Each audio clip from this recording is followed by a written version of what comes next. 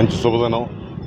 శ్రావణ శుక్రవారం పూట ఒక జీవితాన్ని నిలబెట్టిన యలమంచిలి జయ గారికి, వైఎన్ఆర్ చారిటీస్ వారికి నా ప్రత్యేక కృతజ్ఞతలు తెలియజేసుకున్నాను. సుబానీ భాష నాకు ఎప్పటి నుంచో తెలుసు.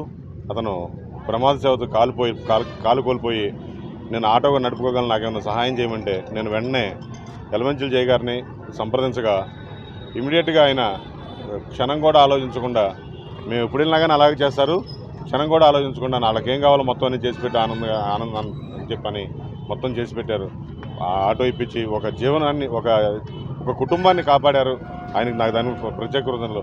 అలాగే కరోనా సమయంలో కానివ్వండి, లేకపోతే మేము ఎప్పుడన్నా ఏ రెఫరెన్స్ ఇచ్చి పంపించినా సరే వాళ్ళకి తోపుడు బళ్ళు కానివ్వండి, జీవనోపాధి కోసం తోపుడు బళ్ళు కానివ్వండి, ఇస్త్రీ పెట్టెలు కానివ్వండి, ఇస్త్రీ బళ్ళు కానివ్వండి, కరోనా సమయంలో ఇంటింటికి దగ్గర సుమారు 1000 మందికి బియ్యం, పప్పు, ఉప్పు కూరలు విడివిడిగా సప్లై చేయడం జరిగిందండి.